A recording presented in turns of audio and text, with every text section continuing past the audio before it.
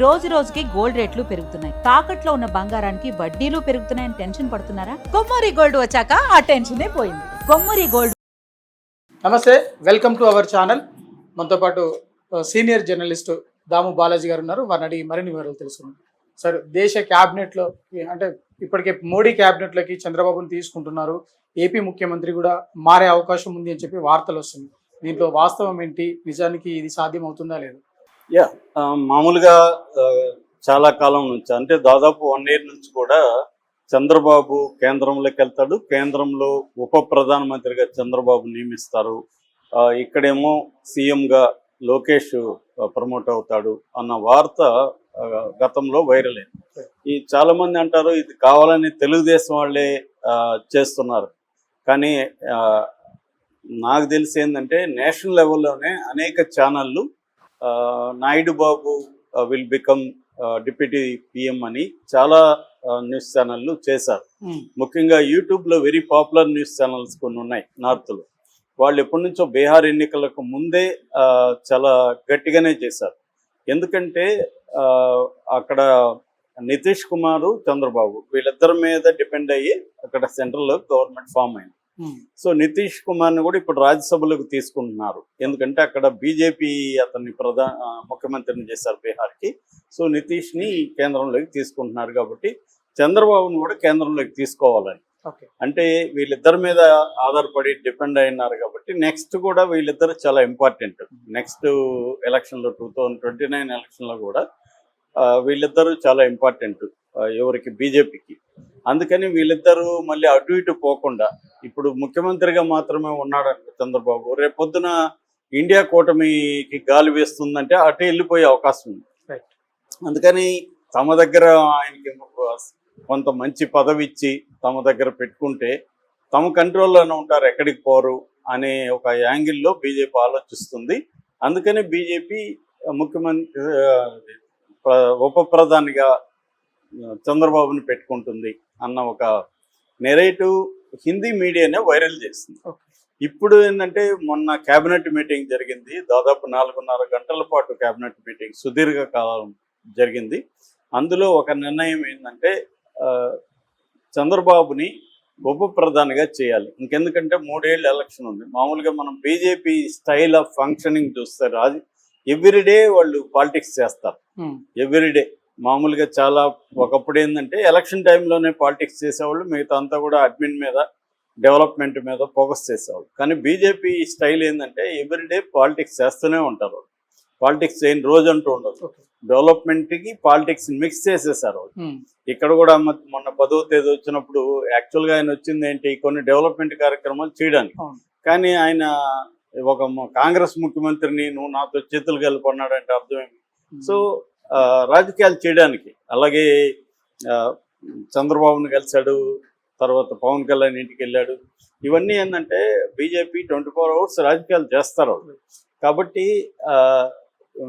మొన్న జరిగిన క్యాబినెట్ మీటింగ్లో చంద్రబాబుకి ఆఫర్ ఇచ్చేశారు, డిసైడ్ అయిపోయిందని వార్త వస్తుంది. కానీ ఇది అఫిషియల్గా అయితే ఏమీ లేదు. కాకపోతే ఇక్కడ మనం ఇక్కడ ఎంతవరకు ఇది పాజిబుల్ అనేది చూస్తే ఆంధ్రప్రదేశ్లో కూడా లోకేషే ఆల్రెడీ ఇంగ్లీష్ నేషనల్ మీడియా అంతా కూడా ఏం రాస్తుందంటే ఏ ప్రాజెక్ట్ కానీ ఏ పెద్ద కార్యక్రమం కానీ లోకేష్ అనుమతి లేకుండా ఇంప్లిమెంట్ అవ్వట్లేదు ఆంధ్రప్రదేశ్లో. ఫైనల్గా లోకేష్ ఓకే చేస్తేనే, చంద్రబాబు ఓకే చేస్తే సరిపోదు, లోకేష్ ఓకే చేయాలి. సో అందువల్ల లోకేషే డిఫాక్టో సీఎంగా ఉంటున్నాడు ఆల్రెడీ. అది అందరికి కూడా తెలుసు. అందుకని ఎమ్మెల్యే టికెట్లు ఇవ్వడం దగ్గర నుంచి మొత్తం లోకేష్ చూసుకున్నాడు. చాలామంది మనం తెలుగుదేశం సీనియర్లతో మాట్లాడితే మనకి ఈ విషయాలు అర్థమవుతాయి. వాళ్ళు ఒక రకమైన అసంతృప్తి వ్యక్తం చేస్తూ ఉంటారు, అంటే లోకేష్ చేతులకు వెళ్ళిపోయినాయని. ఎందుకంటే సీనియర్లకి తగిన గౌరవం, తగిన ఇంపార్టెన్స్ లోకేష్ ఇవ్వడం అనేది వాళ్ళకున్న అభిప్రాయం. అది సహజం కూడా. లోకేష్ వెళ్తున్న పద్ధతి కరెక్టు లోకేష్కి. ఎందుకు, తనకి తన ఓన్ టీం బిల్డప్ చేసుకోవాలి ఎప్పుడైనా కూడా. చంద్రబాబు అయినా అదే చేశాడు. ఒకప్పుడు ఎన్టీఆర్ నుంచి బయటకు వచ్చినప్పుడు తన టీంని తను ఫామ్ చేసుకున్నాడు. లోకేష్ అదే చేస్తాడు. రేపు అంతకుముందు జగన్ కూడా అదే చేశాడు. వైఎస్ఆర్ టీం అంతా పెట్టుకోలేదు జగన్, తన టీంను తను పెట్టుకున్నాడు. వైఎస్ఆర్ సంబంధించి దగ్గరగా ఉన్న వాళ్ళకంతా చాలా మందికి అసంతృప్తి ఉంది.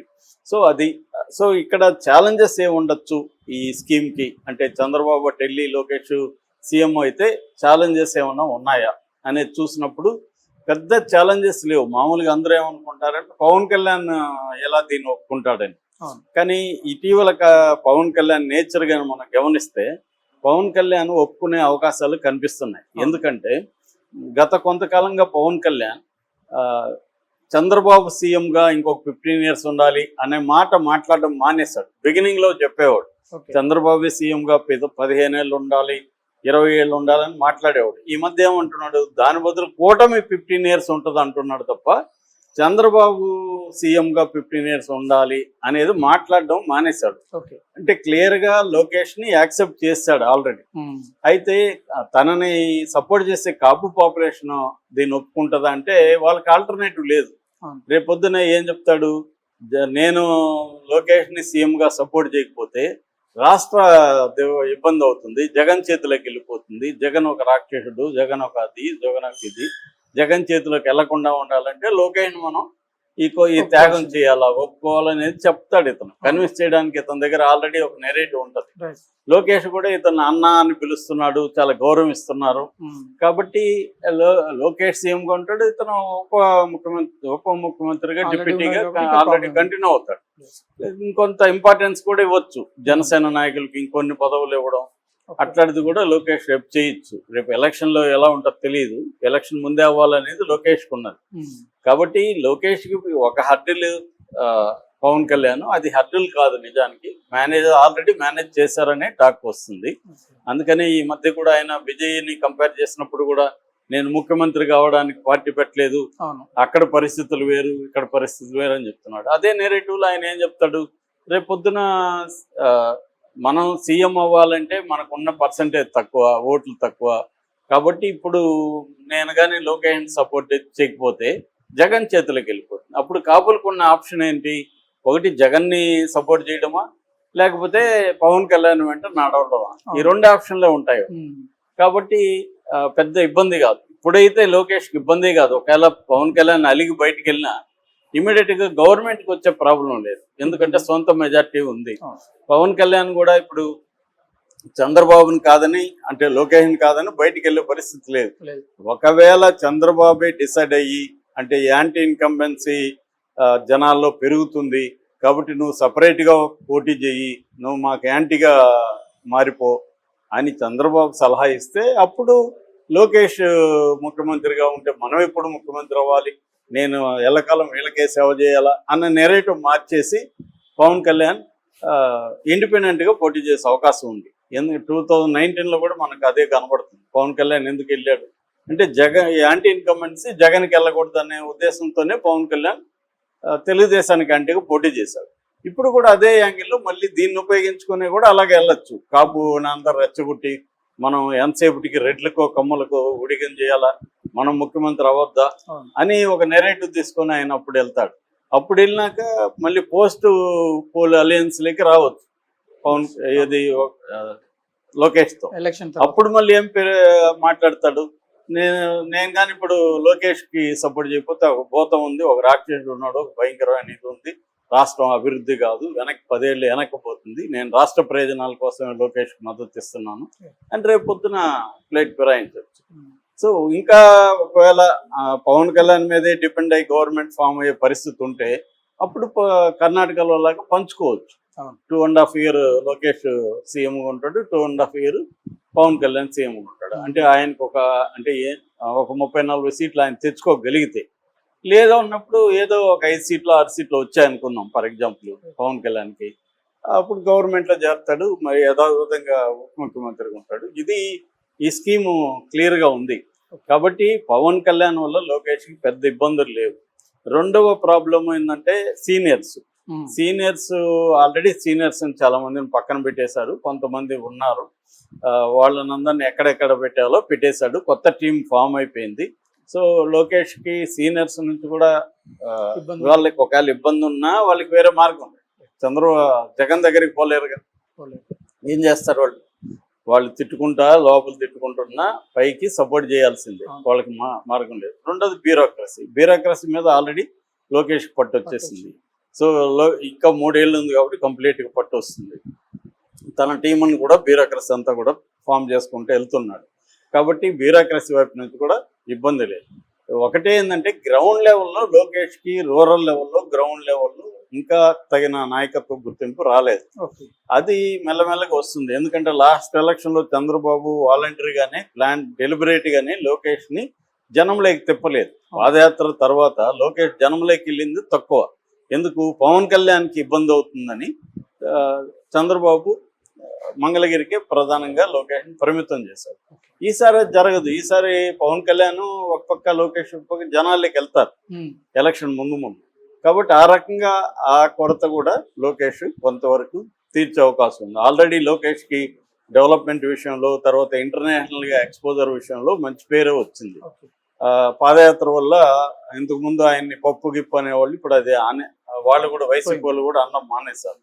సో ఆ రకంగా లోకేష్ ఒక సీఎంగా ఎస్టాబ్లిష్ అవుతున్నాడు. లోకేష్ ప్లాన్ ఏంటంటే ఈ ఎలక్షన్లు అయినాక సీఎం అంటే కష్టము. రాహుల్ గాంధీ చేసిన తప్పదే. రాహుల్ గాంధీ 10 ఏళ్ళు కాంగ్రెస్కి అధికారం ఉన్నప్పుడు 5 ఏళ్ళు మన్మోహన్ సింగ్ ఉంటే 5 ఏళ్ళు నెక్స్ట్ 5 ఏళ్ళు ఈయన ప్రధానమంత్రిగా ఉండుంటే ఇప్పుడు జనంలో కూడా మాజీ ప్రధాని రాహుల్ అనే ఒక ఇది ఏర్పడి ఉండేది, నాయకత్వం ఎస్టాబ్లిష్ అయింది. ఆయన ధైర్యం చేయకుండా ఉండడమే ఇప్పటికే ఆయన పొలిటీషియన్ అంటారు, రిలక్టెంట్ పొలిటీషియన్ లాగా ఉంటున్నాడు తప్ప ఆయన ఫుల్ ఫ్లెడ్జెడ్గా ఒక దూకుడు కలిగిన ప్రతిపక్ష నాయకుడిగా ఇప్పటికీ లేడు ఆయన. సో అది లోకేష్ దాని నుంచి గుణపాఠం ఏంటంటే, మనం ఎలక్షన్ ముందే ముఖ్యమంత్రి అయితే ఒక ముఖ్యమంత్రి క్యాండిడేట్ గా జనంలో కూడా ఎస్టాబ్లిష్ అయిపోతాం, బ్యూరోక్రసీలు అయిపోతాం, అన్ని రకాలుగా ఇదిగా ఉంటుంది.